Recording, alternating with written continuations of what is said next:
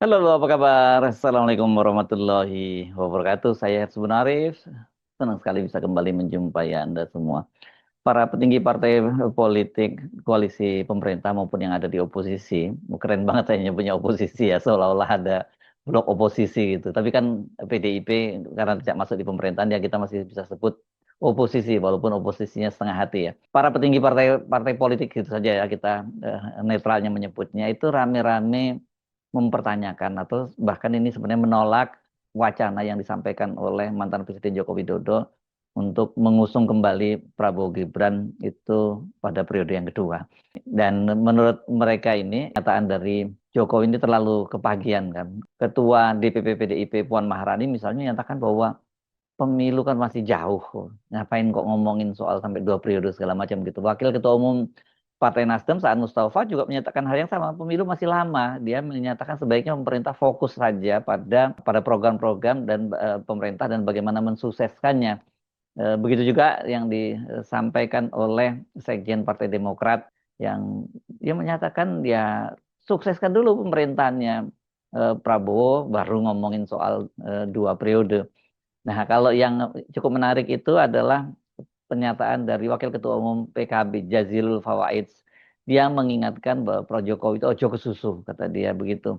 Jangan terburu-buru, belum waktunya sholat tapi sudah azan duluan. Nah, respon ini saya kira seragam dari partai-partai yang lain, termasuk dari PKS dan lain sebagainya, semua juga menyatakan hal yang sama. Cuman ini yang saya belum baca pernyataan dari Gerindra yang kelihatannya coba menahan diri itu dan merasa tidak perlulah terlampau dikomentari soal begini-begini gitu ya. Joko Widodo sebelumnya itu dia mengakui bahwa dia menginstruksikan para relawan itu untuk mengawal Prabowo Gibran sampai 2 periode.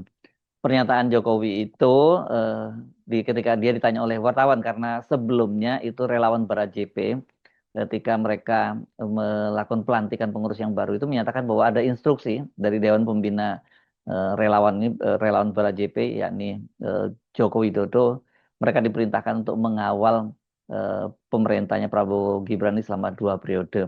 Nah, ini yang kemudian ramai sekali diperbincangkan. Ada apa sesungguhnya kok tiba-tiba Jokowi menyatakan semacam itu? Pertanyaan ini wajar muncul karena sebelumnya itu kan para relawan itu sangat terkesan sekali bahwa mereka sedang marah dengan Prabowo Subianto. Ini kelihatannya dikaitkan dengan beberapa langkah yang dilakukan oleh Prabowo Subianto. Pertama misalnya memberikan amnesti dan abolisi kepada Hasto Kristianto, Sekjen DPP PDIP dan Thomas Lembong.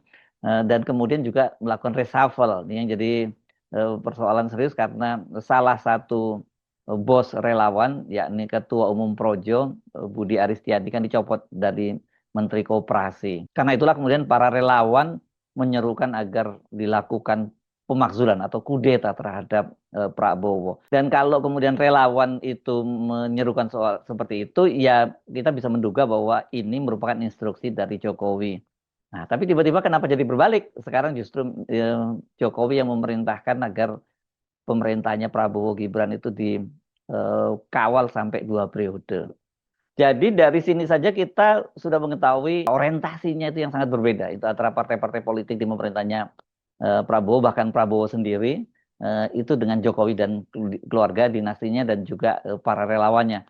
Karena kalau pemerintahnya Prabowo, partai-partai yang mendukung pemerintahnya Prabowo itu mereka fokus bagaimana mensukseskan program kerjanya Prabowo, sementara Jokowi dan anaknya itu fokus perhatian mereka ya tetap saja bagaimana caranya terus berkuasa.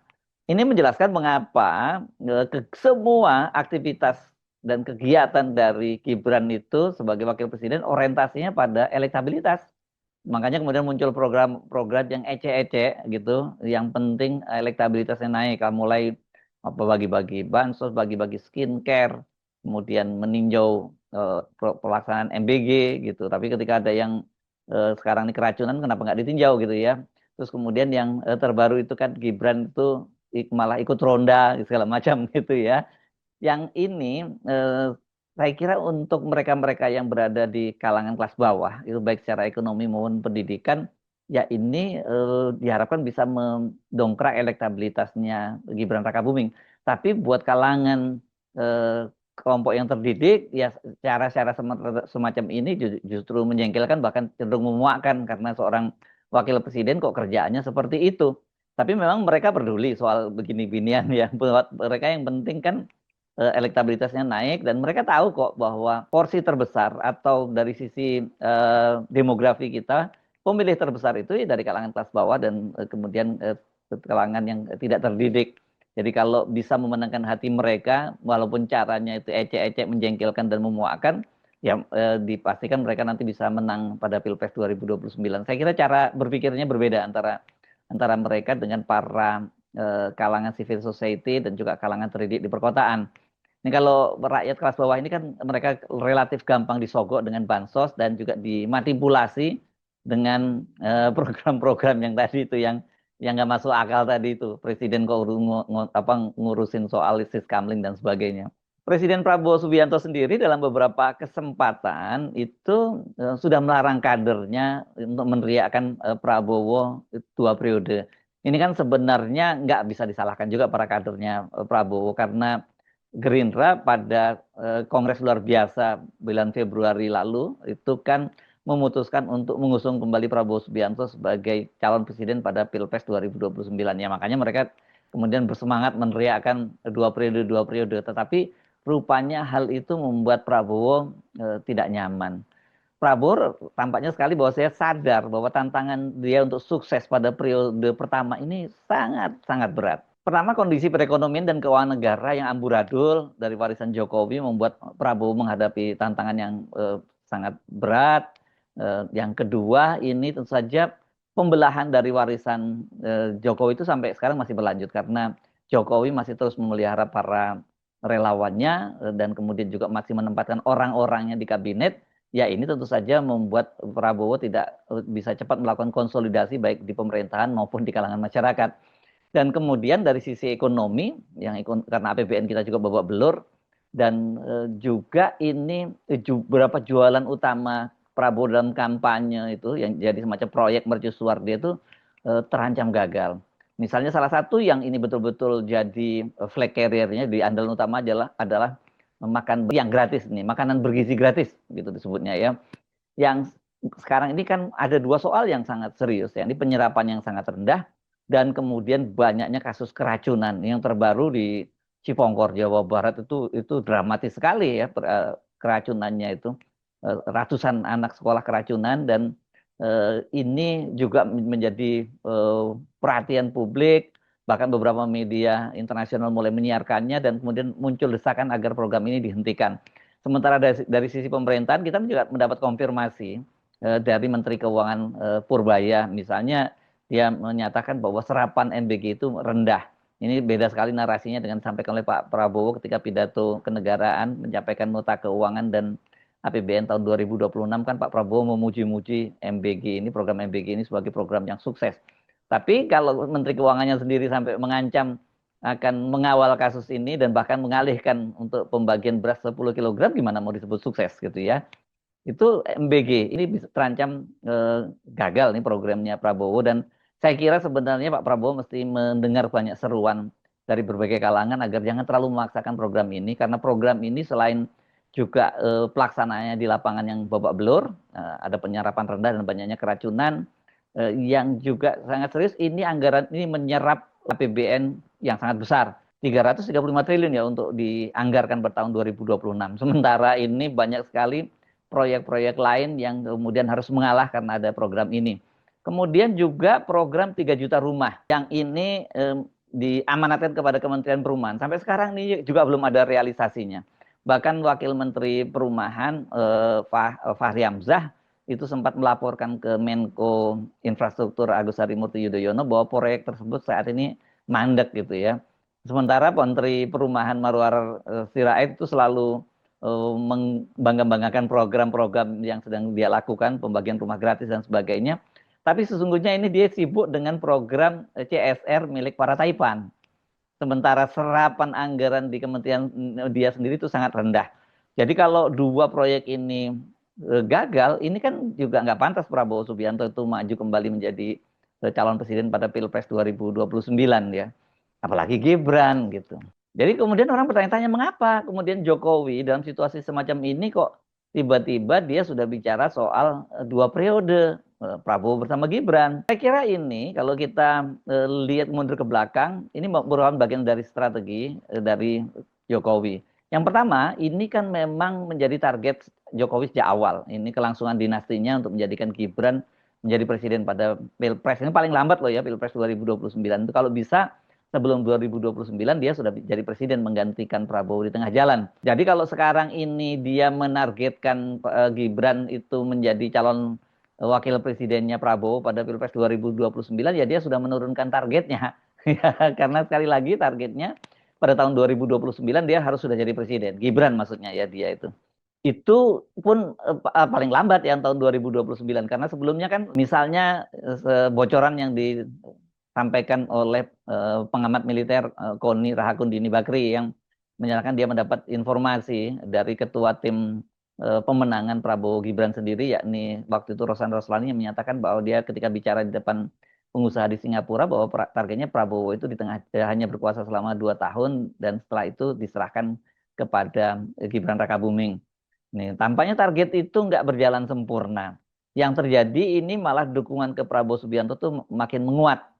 Mereka-mereka yang tadinya nggak mendukung Prabowo, sekarang balik badan mendukung Prabowo, bukan karena mereka senang dengan pemerintahnya Prabowo, tapi mereka ini memilih manfaat dan mudarat ya, positif dan negatifnya. Lebih banyak negatifnya kalau Prabowo turun di tengah jalan dan digantikan oleh Gibran Rakabuming. Itu lebih banyak mudorotnya kalau itu terjadi Gibran yang menggantikan Prabowo di tengah jalan. Bahkan tahun 2029 pun itu juga mereka tidak bisa terima kalau Gibran yang menjadi presiden. Yang kedua, masih ada kaitannya dengan Presiden Prabowo yang turun di tengah jalan itu. Ini kan huru-hara Agustus kemarin, ya, dicurigai merupakan bagian dari rangkaian itu upaya menjatuhkan Prabowo Subianto di tengah jalan kan, tapi gerakan itu kan kemudian gagal total. Justru Prabowo Subianto yang melakukan serangan balik dengan membersihkan orang-orang Jokowi dari kabinet itu melalui reshuffle. Tetapi kita juga melihat Presiden Prabowo juga nggak melakukan sapu sapu bersih ya, masih ada trade off-nya, ada tukar tambahannya. Oke, orang seperti Budi Ari disingkirkan dari kabinet, orang seperti Abdul Qadir Karding, politisi PDIP, tapi yang sebenarnya lebih masuk kelompok Termul, ya, Ternak Mulyono juga dicopot. Kemudian ada Menteri Pemuda dan Olahraga Dito Aryo Tejo dicopot juga. Kemudian juga Kepala Kantor Komunikasi Presiden Hasan Nasbi dicopot. Tapi kan mereka tidak disapu bersih begitu saja. Ada Kodari, ini kan pendukung Jokowi 3 periode yang malah dinaikkan pangkatnya menjadi KSP. Dan kemudian Erick Thohir, meskipun dia dicopot dari Menteri BUMN, tapi sekarang dia tetap dipertahankan di kabinet menjadi Menteri Pemuda dan Olahraga. Dan sementara Hasan Nasbi, kendati dia dicopot dari PCO Kantor Komunikasi Presiden, tapi dia mendapat kompensasi yakni menjadi komisaris Pertamina. Ini perusahaan BUMN paling gede dengan penghasilan bisa miliaran rupiah per bulan. Sebenarnya lebih enak dia cuma jadi komisaris di Pertamina ketimbang jadi PCO. Kenapa saya sebutkan begitu? PCO gajinya kecil dan dia nggak diperankan sama sekali gitu ya. Kalau sama-sama nggak kerja ya lebih enak jadi komisaris, ya gajinya jauh lebih besar gitu ya. Jadi saya lihat ini masih ada trade off gitu. Yang ketiga, ini seruan Prabowo Gibran 2 periode saya kira merupakan perubahan strategi sekaligus ini untuk menyamarkan kegagalan kudeta, strategi kudeta ya atau kudeta yang gagal kan. Karena apa? Karena seperti saya sebutkan tadi sebelumnya kan relawan itu rame-rame menyerukan memakzulkan Prabowo dan dipastikan itu bukan inisiatif dari relawan, itu dipastikan merupakan instruksi. Relawan ini kan mereka yang nggak punya inisiatif semacam itu. Mereka ikut aja apa yang diperintahkan oleh junjungannya dalam hal ini Jokowi. Nah sekarang kok kenapa dari seruan pemakzulan tiba-tiba belok arah menjadi 2 periode? Itu yang ketiga. Yang keempat, saya kira ini kita bisa melihat dengan jelas bahwa Jokowi itu dalam kondisi terdesak. Isu ijazahnya belum tuntas dan ini tanda-tandanya kasusnya di Polda Metro Jaya bisa nggak berlanjut ini ya. Karena lembaga kepolisian juga dalam tekanan gitu. Kalau misalnya Kapolrinya kemudian dicopot, ini bisa dipastikan digantikan orang lain yang bukan bagian dari Ternak Mulyono, bukan bagian dari geng Solo. Kasus di Polda Metro Jaya yang sekarang ini kriminalisasi terhadap 12 orang, ada aktivis, wartawan dan sebagainya itu ya dipastikan tidak akan berlanjut. Apalagi sekarang Polri kan juga dalam tekanan karena Presiden sudah memutuskan untuk membentuk tim reformasi Polri. Meskipun Listio Sigit membentuk sendiri tim tandingan, ya ini dengan membentuk tim transformasi dan reformasi internal, tapi opini publik itu sekarang sedang berpihak pada Prabowo untuk melakukan pembersihan internal kepolisian. Nah, sekarang malah muncul desakan Gibran mundur atau dimakzulkan karena ternyata dari pertemuan antara Rismond dan Roy Suryo kemarin dengan Dirjen Pendidikan Dasar dan Menengah di Kementerian Pendidikan Dasar dan Menengah yang selama ini disebut-sebut sebagai ijazah SMA milik Gibran atau ijazah Gibran dari luar negeri yang setara dengan SMK di Indonesia itu ternyata itu hanya semacam surat keterangan saja yang ya, kalau itu betul surat keterangan bukan keputusan yaitu dia tidak mempunyai kekuatan legal formal untuk dijadikan persyaratan maju sebagai calon wakil presiden. Jadi kita bisa melihat instruksi Jokowi mengawal Prabowo Gibran 2 periode itu merupakan pengalian isu agar mereka terus tidak dalam tekanan dan sekaligus ini juga menunjukkan pada loyalitas kepada Prabowo dan berharap agar Gibran Rakabuming nanti tetap digandeng Prabowo pada Pilpres 2029. Tapi situasinya tidak semudah itu ya. Jokowi itu harus bisa berkelit dan melepaskan Gibran dari tekanan. Sebab kalau terbukti bahwa ijazahnya Gibran itu tidak setara SMK atau SMA begitu ya, berarti ya Gibran itu bisa dimakzulkan karena dia tidak punya ijazah SMA. Dan ini bukan hanya dimakzulkan tapi juga bisa bergulir ke arah pidana ya. Karena ini memberikan dokumen palsu atau kalau bukan dokumen palsu ini setidaknya dia terlibat konspirasi karena mengapa surat keterangan dari Direktur Jenderal Pendidikan Dasar dan Menengah itu bukan surat keputusan kok bisa meloloskan dia sebagai persyaratan untuk maju sebagai wakil presiden. Nah, kalau ini bukan hanya Gibran yang bakal kena, ini terutama KPU juga bisa kena terlibat dalam konspirasi meloloskan Gibran Rakabuming sebagai calon presiden walaupun persyaratan administrasinya tidak lengkap. Mari kita ikuti terus karena kasus ijazah SMA atau SMK Gibran ini bisa menjadi game changer sekaligus terobosan bagi para penentang Jokowi untuk memasukkan Gibran. Jika benteng pertahanan Gibran ini jebol, maka jebol pula semua skenario Jokowi untuk melanggengkan dinasti kekuasaannya. Saya Herzbun Arif, sampai jumpa lagi. Wassalamualaikum warahmatullahi wabarakatuh.